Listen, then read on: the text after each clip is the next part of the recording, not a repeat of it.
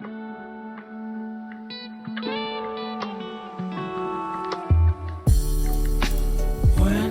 I fall asleep, yeah, I need you with me by my side.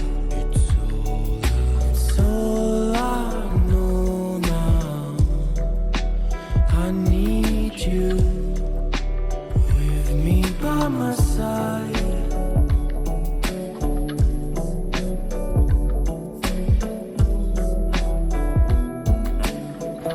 Hey guys, how's it going?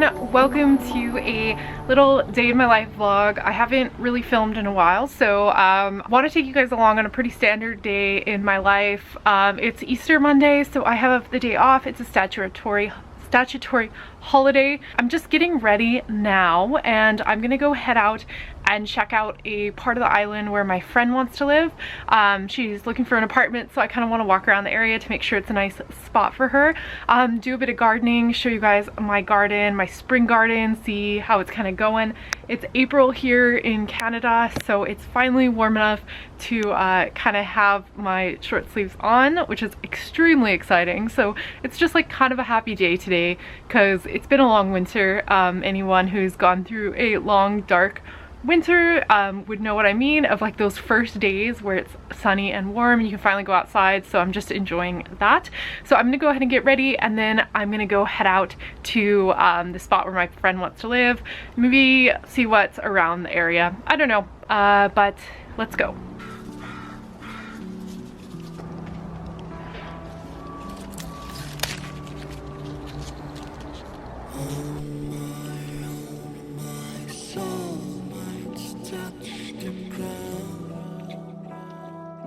I need someone to hold my mind.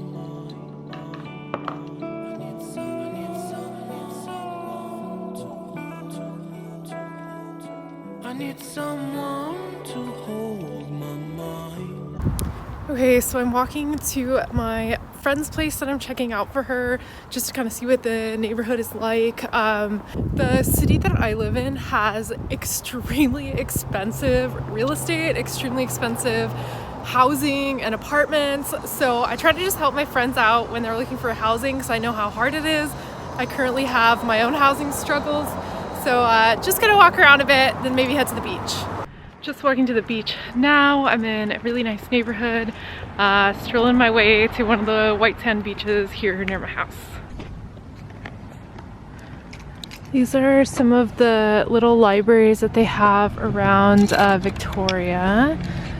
So they just are like little neighborhood libraries, and you can kind of just see what's in here and then read a book and take it back, leave a book. I always thought that was a really cool part of living in the city. We have so many of these.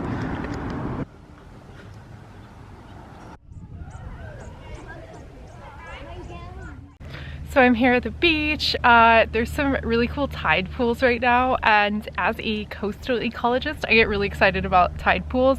Ever since I was a kid, I don't know, let me know if you guys are the same way, but I grew up on the coast, so being able to go and see the tide pools has always been really entertaining for me. Like every time I go by, I like seeing what kind of little hermit crabs or sort of little things are in the tide pools. Right now it's pretty low tide, so there's some cool stuff. But I'm gonna walk around the tide pools a bit and see if I see anything cool and just kind of enjoy this day. There's people swimming today, which is crazy. Yeah, it's a really beautiful day, and it's times like this I realize that's why I'm paying so much for housing, and that's why I kind of go through so much to live here, just because of how beautiful and lucky and special this island is, and I'm really happy I live here.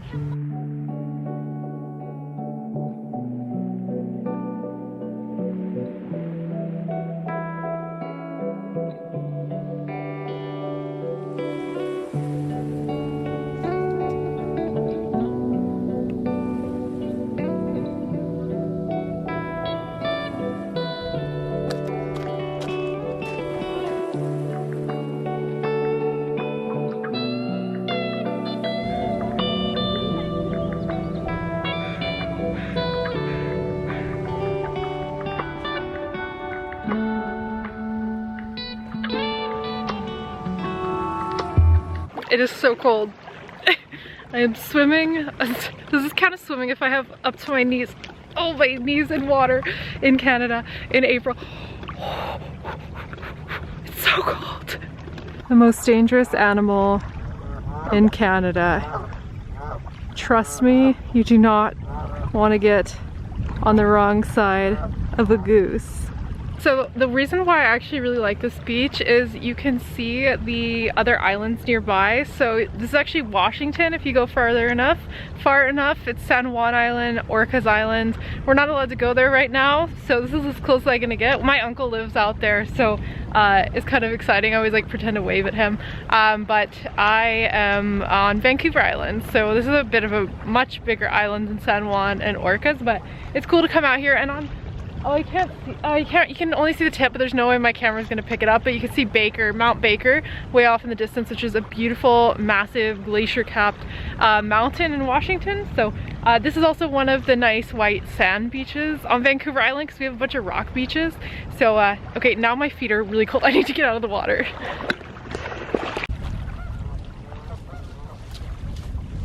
And this is exactly what I do not like to see on the beaches here. This is so sad. This is kind of the sorts of trash that you see on the beach, and it's completely tied up in the kelp. Oh my gosh, this is very sad. Look at this. I mean, I'm gonna take this out because this is disgusting. This kind of ribbon too, like if this gets lodged in the digestive system of a wild creature, it's going to not be good. It can wrap around a lot of things. It could cause a lot of digestive and intestinal damage. So I'm gonna take this out. This is disgusting. The cool thing though, right next to it is there's this neat piece of a crab.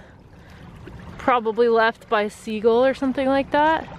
I love finding these little crab pieces around. I don't know why, it's really fascinating. I should do a beach cleanup because some of the trash you can find in here is pretty disgusting, especially around some of these harbors. It's not so nice.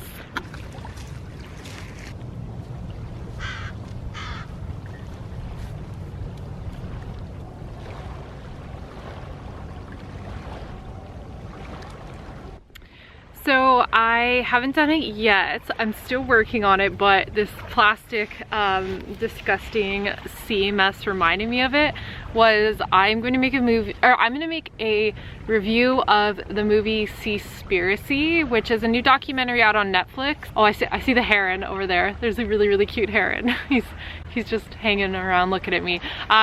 I've seen a few fisheries biologists react to it, and I think I really want to make a video about it. So in the meantime, watch the movie and let me know what you guys think about it too, because I want to kind of hear your input, because it's a strong take. So I'm going to talk about Seaspiracy, so stay tuned for that.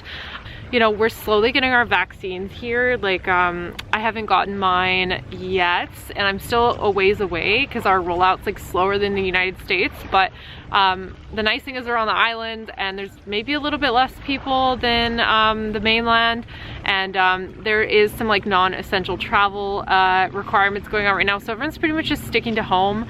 But I think everyone's quite a bit desperate to get their vaccines and get moving again. Like this morning I was looking at travel vlogs. I was even looking at some of my own vlogs from like a few years ago when I was in Australia, and it just made me really sad because it feels like it was a different time. Like it feels like, you know, our lives have been on hold for more than a year now, and I know that's like what we have to do to, you know, protect the vulnerable people, but I also think like acknowledging the difficulty in the mental health aspect of it is important too. So that's something I've been really like struggling with. I don't know, it's still difficult, but I think things are looking up and I'm feeling really hopeful today. I'm feeling like, I mean, I just love being out here, and like I just am so grateful to be able to come to a place like this in my backyard. Yeah, look at birds and ducks, and you know, there's like swim and put my feet in the ocean. Like the simple pleasure that is to me, I think is really extremely important. And I think that's one of the biggest things that like quarantine has taught me, is just like the simple pleasures in like the everyday things. Like we don't have that much we can do right now. So we could either be upset and depressed about it, which I certainly am most of the time, but we can also try to see the positives and the happy things and like the simplicity of life. And you know, I think it's twisted when you look on YouTube. You see people who are living like the simple life and they live in like an off-grid cabin in the jungle, and like for some people that's not really achievable. Like I can't really do that. So then I look at myself in like my apartment with like my balcony garden, and I'm like, how am I gonna like live this picturesque life, you know? Like, and it's ironic that I would have to pay so much money and be so privileged to live such a like simple life in an off-grid cabin. Like, how would I work? You know, how would I find work? How would I afford it when, you know, a vacant piece of land is like $800,000 here? Like, there's just a lot of things that makes it like difficult for me to get that reality that a lot of people have. But I have an apartment and I live in a beautiful place, and so I can still have like my own version of like a simple, nice life while still living in an apartment. And I feel like that just is so overlooked, probably because an apartment isn't seen as like a cool thing. But the reality is an apartment is very eco-friendly. An apartment, you know, it's density, high density living, and it's building up, not out. And there's a lot of really positive environmental things about apartments. So like I try to think about that. In condos too, when I kind of get down on myself for not living in this like pristine like nature plot of land in Hawaii or whatever, you know, like I can't, that's not my life. But I can enjoy what I do have, and I do have so much. I do live in such a beautiful place, and I guess I just need to remind myself of that sometimes. Especially when I made the move out to BC from Alberta. I think my lifestyle changed a lot. I stopped driving. I stopped, you know, having to deal with the cold winters. So there's just definitely a lot to be happy about. So I'm gonna continue watching the herons and some of the geese and the gulls, and then I'm gonna pack up here. Let me know in the comment sections down below if you guys are more ocean people or more mountain people, because I lived in the mountains before this. I lived in Alberta, and I went to the Rockies all the time, and I love the mountains, but I grew up on the coast. I grew up in California, and I think I'm more of an ocean person in the long run. And that's the nice thing about British Columbia, is that I can go to the ocean and go to the mountains in the same day, really, which is pretty cool. So let me know, do you guys like ocean or mountains better?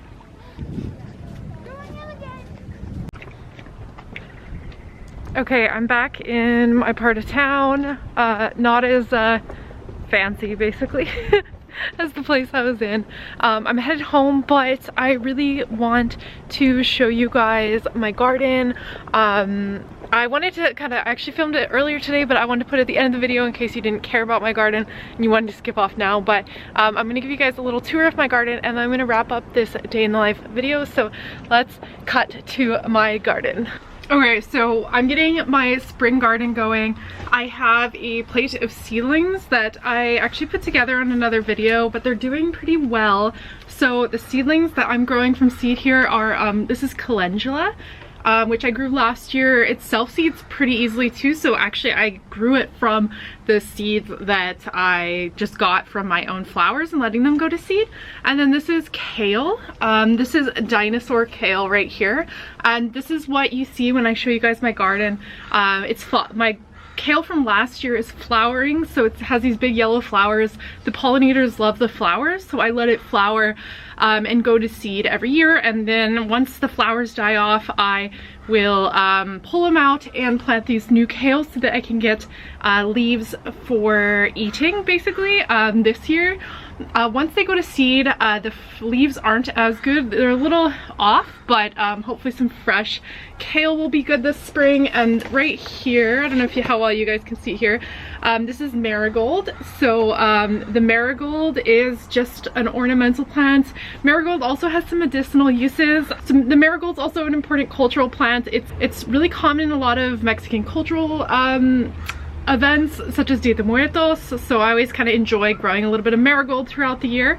And these actually are not ready to be planted in the ground because It's still a little bit cold overnight here in, I'm in zone 9A in Vancouver Island, so it's still a little cold overnight for these guys, but the idea I actually have is bringing them out slowly. So this is something you want to do if you're starting plants from seed, is you want to bring them out, expose them to a little bit of the wind, the warmth, keep them in a shady spot for a few hours, and then you can kind of add a few hours over time to get them exposed to the harsher conditions compared to inside when they're starting. So I'm bringing mine out for a little bit for the first time this season. I'm gonna put them in the shade for a few hours, let them get used to like the wind movement, the sunshine a little bit, so that they don't just burn and fall apart when I actually plant them out for good out in my garden. So that's a few tips about growing seedlings. So another tip that I have for gardening is I have these wireless headphones, and I actually listen to podcasts and audiobooks when I garden. It's just really pleasant, and it kind of puts my mind, I don't know, it just kind of is like a nice little mindless thing. So when I'm doing garden chores, I just listen to audiobooks and get really into the book, and it's like one of my most enjoyable hobbies. I love doing it. Anytime you have a unpleasant activity, gardening isn't unpleasant, but like you have to clean, listen to an audiobook, and it's just like so nice. And the fact they're wireless is like you aren't tied to like one area. I just have like a YouTube video playing on my computer that I'm listening to. So I'm gonna do a little bit of garden chores, clean things up a bit, and I'll take you guys along.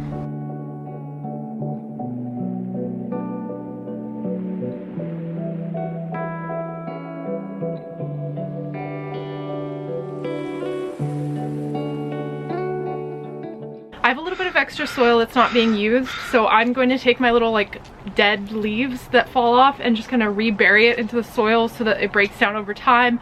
It's kind of like naturally composting it, just to clean things up a little bit in here. So here's what my garden looks like. This is the before. So I haven't really done much this year. It's kind of the beginning of the season. It's one of the first nice days to be outside. So I'll show you guys what it looks like before, and then maybe I'll make a video later in the year and show you guys what it's like actually after everything blooms. So everything I have now was actually plants that overwintered. So these all survived the dark and cold and rainy winter here on the island. So these are the survivors. A lot of them is going to seed, so it's actually attracting a lot of pollinators right now. So let me show you around here. So these are all the succulents that survived. So not just succulents, I have herbs in here too. So this is my, gosh, what is this? Oregano. Unfortunately, I had these guys in really nice plant pots. These are from my parents' garden in California. I took some clippings, and I've had this plant for a few years now, I think. And the plant in the winter fell over in a windstorm, because we get really bad windstorms here, and it cracked and was ruined. So I had to put it in these little temporary pots for now. I do want to move them over. My lemon thyme actually survived the winter. I mean, it died back and now it's coming back, and I didn't actually know these could come back, so that's kind of exciting. So I don't need to rebuy this. This is a casualty from the winter, my jade plant, which is pretty sad, honestly. I really liked this plant, but we had one day of snow this year and it killed my poor jade, so rest in peace. What else? Oh, my chives are coming back, so that's exciting. They're coming back really well. My cactus survived the winter. It even survived the snowstorm, which is pretty cool, so that's exciting. This is, oh gosh, what was this? This was my lemon verbena, and I assume that these don't come back year after year because it's still dead. And then these are my strawberries. So some of these are fresh new leaves, so they are starting to spring back for summer. My hydrangeas are coming back. You know what? I might have cut them too far, because like I feel like there's way less leaves on this hydrangea than there was last year. So I don't know. I'll be patient and wait to see what happens, but I think I might have screwed up with my pruning on this one. Okay, so here are my fabric raised beds with a lot of kale that's going to seed. So a lot of the stuff I had in here died, except for the catnip, which always does well. It seems like it's so easy to take care of catnip. And then all of my kale, which is currently going to seed. And then, can't even see around this. Okay, this is my orange mint or chocolate mint, I don't remember. This is coming back to life. It survived the winter. Flowers, the same thing, survived the winter. The rosemary seems to be doing okay. Like, I don't know if I'm doing something wrong. My rosemary just always seems to grow so slowly, so I don't know. It's doing okay. But then in this bed, I have more kale, and this is just a jungle of kale because it's all going to seed. The hummingbirds and the bees love this, so I'm keeping it as is. Okay, and then turning around, here's kind of what the rest of my garden looks like. So this was calendula, and it's starting to self-seed itself a little bit, which is exciting. My sword fern, I think this was, it kind of died a bit in the winter. Here's my little seeding area. And another fern also died a little bit in the winter, but I think it'll survive. Just some ornamentals. My euphorbia is blooming these big yellow flowers, which is exciting.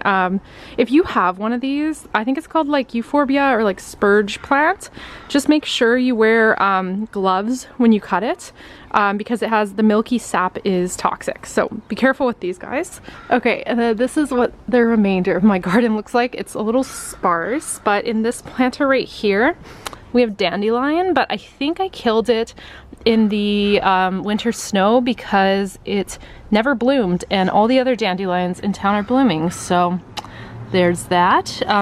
Just ivy, English ivy taking over. I know it's bad, I know it's bad.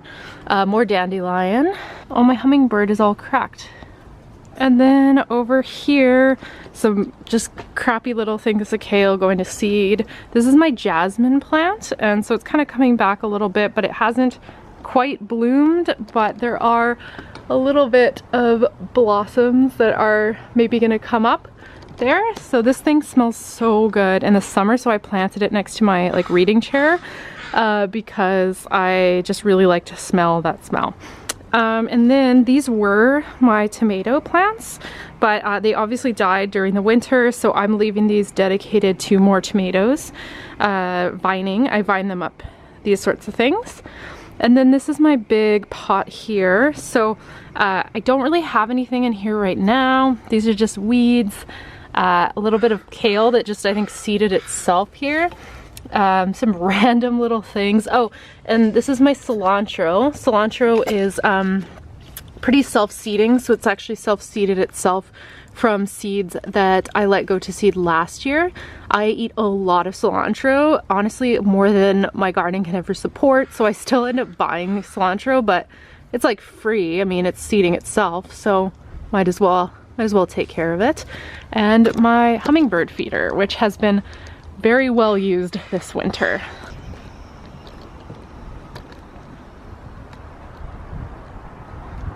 Thank you guys so much for joining me on a day in my life. I hope you enjoyed this video. Let me know what you think in the comment section down below, and I will see you guys next time. Bye! When I fall asleep, yeah, I need you with me by my side.